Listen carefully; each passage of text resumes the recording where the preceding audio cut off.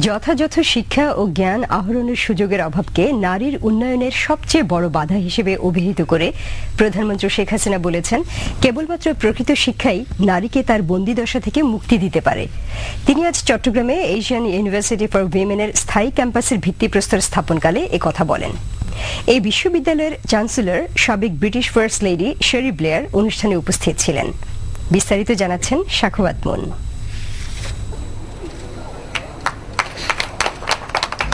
চট্টগ্রাম নগরীর উত্তর পাহাড়তলীতে আরিফিননগর এলাকায় মনোরম প্রাকৃতিক পরিবেশে এশিয়ান ইউনিভার্সিটি ফর উইমেনের স্থায়ী কমপ্লেক্স নির্মাণ করা হচ্ছে।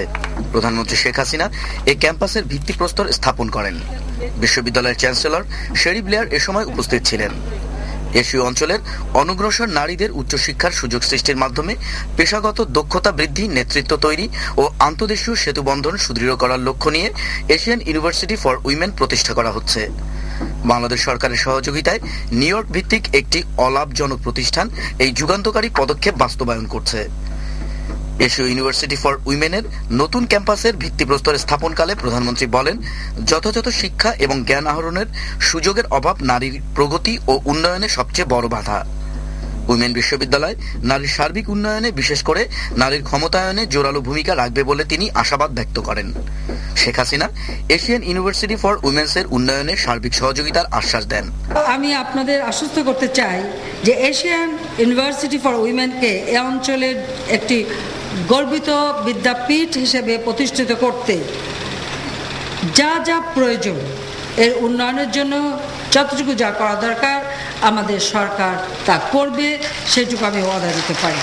সব ধরনের সহযোগিতা আমরা করব।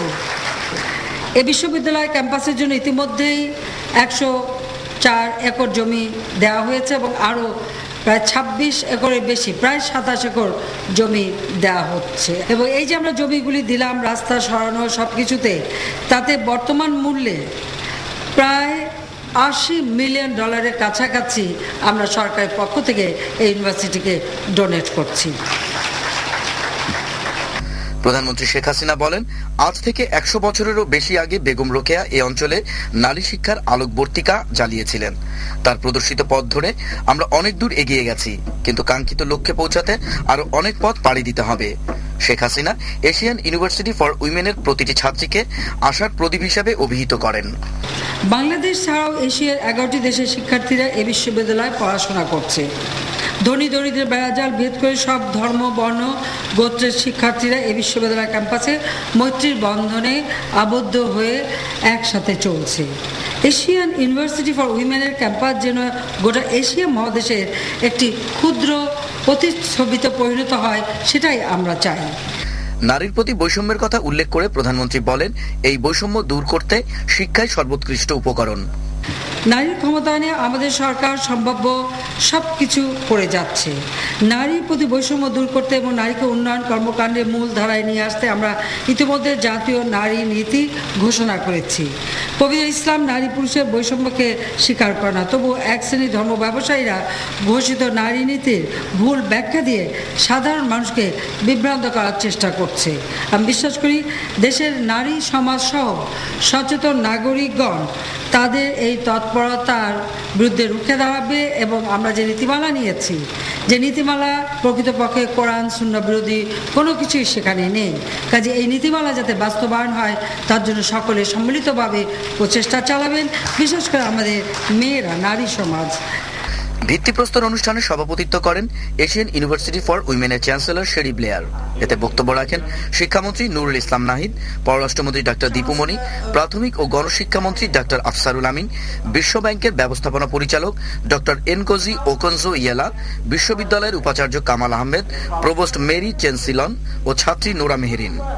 ভিত্তিপ্রস্তর স্থাপন অনুষ্ঠানের পরপরই চট্টগ্রামের ব্যবসায়ী সমিতি উইমেন্স ইউনিভার্সিটির উন্নয়নের জন্য প্রধানমন্ত্রী শেখ হাসিনার হাতে 2 কোটি টাকার চেক তুলে দেন। প্রধানমন্ত্রী বিশ্ববিদ্যালয়ের চ্যান্সেলর শেরি ব্লেয়ারের কাছে এই চেক হস্তান্তর করেন। পরে প্রধানমন্ত্রী শেখ হাসিনা চট্টগ্রাম বন্দর নগরীর ডিটি রোডে নবনির্মিত পাসপোর্ট ও ভিসা ভবনের আনুষ্ঠানিক উদ্বোধন করেন।